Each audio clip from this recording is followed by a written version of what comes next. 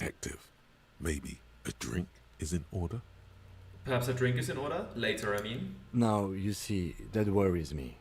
You will die if you drink. You know that, don't you? You are proving a useful detective. The organization would miss you. Well, now he's just lying to me. Please get yourself together. The lieutenant from Precinct 57 thinks. What now? I need a copy of that autopsy form. Then I will drive him to Faubourg. Let's rip out the copy. For processing. He looks at the dead man one more time, then at the slip of red paper in his hand, then at the corpse again. He's thinking, did I miss something? Okay, we will not take him away yet. Oh, you know what? Screw it. If we succeed this check, I'm gonna go through with it. Because there is something still missing. But I don't want to be a good cop and find it, actually. So I'm gonna roll it once. And if it succeeds, if we get the 2 sixes, I'll stick with that. If we don't get the 2 sixes, then we don't, and I won't retry it. You run your hands over the victim's cold body, his limbs, his torso with its swollen organs. Maybe you should be more thorough. Look in his pants again. The genitals in his breeches continue to be unnoteworthy. You see the penis of a dead man. If you've seen it once, you've already got the picture. Maybe if I touch it again? There is no need. We have been thorough with the genitals.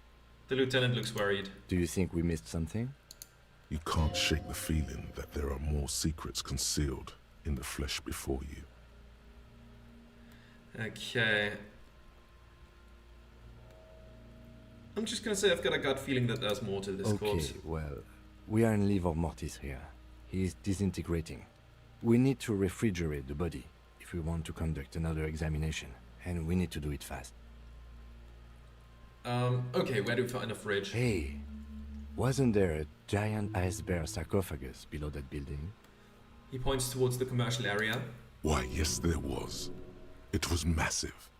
Red eyes glowing in the dark. Why, yes, there was. An absolutely colossal fridge still plugged in, literally in the shape of an ice bear. So that's what the ice bear shaped refrigerator is for. Let's go with the last one. Now, that's an overstatement. It's not actually for storing cadavers, or at least I hope so. I think we should take a look at it first. Make sure it's big enough before we carry him over. Let's move. With every hour, whatever we are looking for in the deceased will become harder to find. Okay, let's go down into the basement again. Thanks for the autosave. That's good, so I don't have to do that again. Let's take a look inside. Quickly check on the refrigerator. We have it over here. Looks big enough to me. The bear's eyes are still glowing red, watching over all the ice cream wrappers hidden inside its belly. So what do you think of the fridge, Kim? It looks big enough for 2 corpses. It's certainly an eccentric choice, but it is capacious and cold enough, too. But the optics on this are awful, he thinks. We need to be as silent as we can. Shall we go and get the body, then? I'll take the head, you take the feet. The stairs won't be easy, but we'll manage. The 2 of you. Easily. Okay, let's do this. The body is heavier than you expected and stinkier. It takes half an hour to get it down to the basement, then 10 more minutes to stuff it into the fridge. The lieutenant takes a step back to admire your handiwork. Beautiful. A dead body in a nice bare fridge. This is some of the best police work I've ever done. You've definitely earned a drink after this. Perhaps even some pagan rites. Really? You think it's good work? I'm not sure I believe you. Yes, we need to celebrate by performing pagan rites. Let's bring out the meat and set it on fire. Sure. I knew you would say that. I knew this would lead to drinking. No, no more. This is paganistic enough, and it does not leave this room. I think this is a glorious achievement and people need to hear about it. We did our best with the means at our disposal. Yeah, I'm not proud either, but we did find a fridge. This isn't police work, Kim. It's art. We're artists, and this was our vision. So either 1 or 4, I'd say. Let's go with the first one. No, they do not. They need to hear about our uneventful, boring, downright conservative murder investigation. At least we've stopped the body from decomposing further. Now you can conduct another inspection under controlled circumstances. Inside the icy realm of the ice bear fridge, the corpse stands slumped, waiting. I'm gonna wait with that until Kim is gone. Tell me something, dead man. Shoot, Looney Rooney. How do you like the fridge? I like it a lot, brother. This really is your finest hour. You're a genius. A regular Corporangelo. At the autopsy, you said you have ancient mysteries. Oh yes, Kobo mi Lobo. In the gift horse's mouth. Tracts and wakes and waterways. Ancient materials buried. Yeah, but to where, brother? Just a small gulp away. My beloved Kobo. A small gulp away. Enough. Come back later, Kobo. Amuse yourself with my frank manners and my memento mori features. If possible, also, see me in your dreams. Okay, we're at -8 bad cop. I think we can afford to actually find it. I think we can afford it. Let me quickly take a look at this. Col de Mamadakwa is done in 1 hour and 29 minutes. Okay, we'll come back later. We can try it once, we have skill points. You know what? Yeah, we can afford doing this. We can afford doing this. We're at -8 and we will find multiple occasions to get that further down if we accidentally push it up. Just so it differs in that regard from my other playthrough. I think we should do it. Yeah, let's do it. Let's just try it. Like this. Come on. You touch the dead man's body. His skin is cold, light blue and silvery in the light of the fridge. You still have no idea where to begin, or what to even do with him. It'll come to you sooner or later. At least he's safe here until then. Okay. Yeah, let's wait until then. But yeah, I think we should just do it. I mean, why not? Physical instrument needs to be improved so we can do this. Right? Was it physical instrument? I think it was. Let me quickly take a look. A thick layer of coal dust Yeah. covers the furnace, coloring it pitch black. Okay, physical instrument. I don't have a shirt on. Good. That's good for my physical instrument. Let's just put another point in there, as if it isn't overkill enough.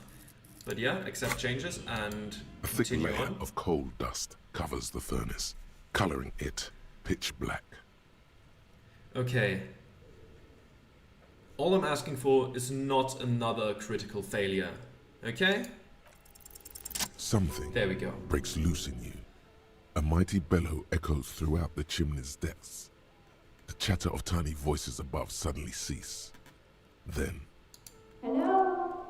You hear a woman's voice answer. you've awakened the entity. This is the police. Who's there? I summon the ghost of this doomed commercial area. Answer me, spirit. Hello? Are you there? Speak to me. I summon the ghost of this doomed commercial area. Did you say anything? I can't hear you. Please come upstairs. There's a safety curtain on the 2nd floor. I'll open it. You hear a low rumble upstairs, the sound of a curtain being pulled aside. After you, officer. Okay. Let me quickly take a look at this. We don't have to be there immediately for the smoker on the balcony, right? Sometime after. Okay. Yeah, we can do this first and then do the smoker on the balcony stuff. I think that's fine. Oh, we still have to ask Kuno about the armor as well. We can do that before we do the smoker. Or maybe we'll do it after. We'll see. It doesn't really matter. It's not that pressing. Let's go in here. What do we have here? This tray is full of dice, colorful polyhedral dice, hundreds of them. The candy dispenser has been repurposed to contain thousands of dice. Let's talk to the dice Hello. maker. I'm Nia. A bird-like woman sits on a throne of tools with emerald light shining through her hair. Did you try knocking on my window? I must have missed you. I've been listening to my Milius. She taps on her headphones. So what kind of die are you looking for? Could this be the malicious entity? Perhaps it's wise to go along with this masquerade for now. She's got a direct view to the backyard. You should interrogate her about the lynching. Hold on, what do you mean by milieux? Yes, a Milius is like a call-in station. You need a two-way radio to access one. That's why I have these. She pats the headphones on the table. Mostly, they just teach you to swear in different languages. But some of the stations can be quite interesting. I was so absorbed, I must have missed you knocking. You must have me confused with someone else. I haven't knocked on the window. Then how did you get inside? By the south entrance? You know what? It doesn't even matter. What matters is that you're finally here. Let's talk dice. Did you have something specific in mind? Why are you asking me about dice? I'm a novelty dice maker. Tell me the name of your role-playing system and I'll make the die you need. That's why you're here, yes? As she speaks, her bone-like fingers fiddle with a ring. Her bones light, but her hands strong. Sure, I like role-playing games and I need some dice. Maybe, I'm not really sure why I'm here to, honestly. No, I was looking for something else. Answers.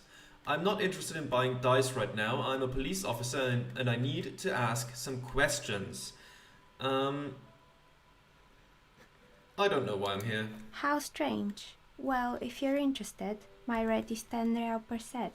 Unless you want something really unusual. Take a look around and see if there's any particular stone you want to use. The walls around her are covered with rows of precious stones and minerals. This person means you, or no one else, absolutely no harm. She will answer freely and honestly. How did you become a dice maker? How did I become one? It was a business decision. I was a regular jeweler at first, but that's an unfocused field with too much competition. Some of my friends were role players. They asked me to make some polyhedral dice out of cobalt. That was my first order. I grew it from there. Do you like role-playing games yourself? Not especially. I like working with rare materials and a steady pay. And role players as customers? They're nice people. She's thankful for the security they provide her. Okay, I'd like to order a die from you. What do you know about the man who was lynched behind the whirling in rags? Hey, where are we anyways? What is this place? Okay, let's just order a die. Let's see. Of course. Tell me what you have in mind. Do you know the We're All Untethered setting? I want a die for that. Do you have any cursed dice? I think I got that one last time. Tell me about your most extraordinary die. I'm sorry, I don't actually know what die I want. Just a normal die for me, please. Very regular. I'm looking for something to help with my work. Actually, I need more time to think about it. Okay, what do we take here? What do we take here? It's not the very normal one. We're not gonna go down the boring cop route. I don't know what I want. Most extraordinary die. Superstar cop? Yeah, let's go for the most extraordinary die. A star that fell from the firmament? Those cost more than 7 real. Are you sure? Yes, I'm a star myself, a superstar, and superstars don't care about money. Sure. Yes, you definitely have the proper attitude. How about a pair of 100-sided dice, made of ivory and inlaid with lodestone, a naturally occurring magnet, to complement your magnetic personality? That sounds really fancy. 10 real, and I can get these ready in 8 hours. Okay. Of course, ivory, highly unethical, of course, but I don't think this superstar over here cares about that. Okay, but do magnetic dice even roll properly? It's true, magnetic dice are definitely different. When rowed together, the magnetic fields of the pips interact with each other to push and pull on each other as they're rowed, just like all magnetic personalities do. Yeah, okay, let's Great. do that. See you in 8 hours then. Was there anything else? What do you know about the man who was lynched behind the Welling in rags? Nothing really. I didn't know him. Who cares about the dead body? We might be dealing with a malignant entity here. Thank you, and Empire, for keeping me on track, of The course. lieutenant looks at his notebook. Then, the woman under the large window. Your window looks directly onto the courtyard. You're saying you didn't see or hear anything unusual last Sunday evening? I'm sorry, Detective, but as you know, I usually have my headphones on when I'm working. It shuts out most of the daily ruckus behind my window. What do you mean by the daily rockers? Well, there's always something going on in the Whirling's backyard. She stops to try and come up with an example. During daytime, there are usually those kids. And lately, I've been seeing a lot of drunk workers hanging about. Must be because of the strike. She's not sorry to disappoint you. Informing on someone in a murder investigation would intrude upon her focused existence. But I never saw anyone during that fateful Sunday night, I'm afraid. Okay, and you never took your eyes off the work to look out of the window? I might have, but in this case, all I would have seen is my own reflection staring back from the darkness. It's really hard to make anything out in the yard when it's dark outside. Besides, I rarely get up to look out the window when I'm in the zone. That's honestly fair. Do you often work Sunday nights? It's an odd profession, making dice for people, but I like it, and I prefer doing this to sitting at home. I see. Thank you for your answers. She nods. Anything else, officer? Hey, where are we anyways? What is this place? We're inside the chimney of an old central furnace. It's strange, I know. She looks at the ruddy bricks that make up the walls. Even though they've been repainted, there are still signs of coal-black soot here and there. But when I arrived here, all the other rooms were taken, so I had to build myself a makeshift home. Besides, I don't really have to pay any rent here, so that's a plus. Plaisance was right. There's an entity living in the chimney. You should ask her about the curse. Creative. The lieutenant looks around the spacious room, its ceiling fading into shadows above. I've heard this place is cursed. Did you know that people call it the doomed commercial area? I've heard the stories, but I don't think those stories are true. Wait, how do you explain what happened to all those companies then? It's just capitalism. We only hear about tales of success, so it's often surprising to realize how many ventures actually fail. Plaisance is the one who sent me. She's convinced that the place is swarming with malicious energies. Plaisance, the bookshop lady? I've heard that her business is doing rather well. Have the energies spared her somehow? The curse is just biding its time before it strikes again. Sooner or later, everyone will fail, even her. I don't know why the bookstore hasn't gone bankrupt yet. That's what I'm here to investigate. Let's go with the pessimism on the first one. All right. But it's not just the bookstore that's still up and running. What about the Whirling in rags? Some people say it's part of the building complex. Hold on, the Whirling is part of the doomed commercial area? You could say so. Both houses were built at the same time and under the east of the Commerce Central project. Yes, but it's still a separate building. The malicious energies can't reach there.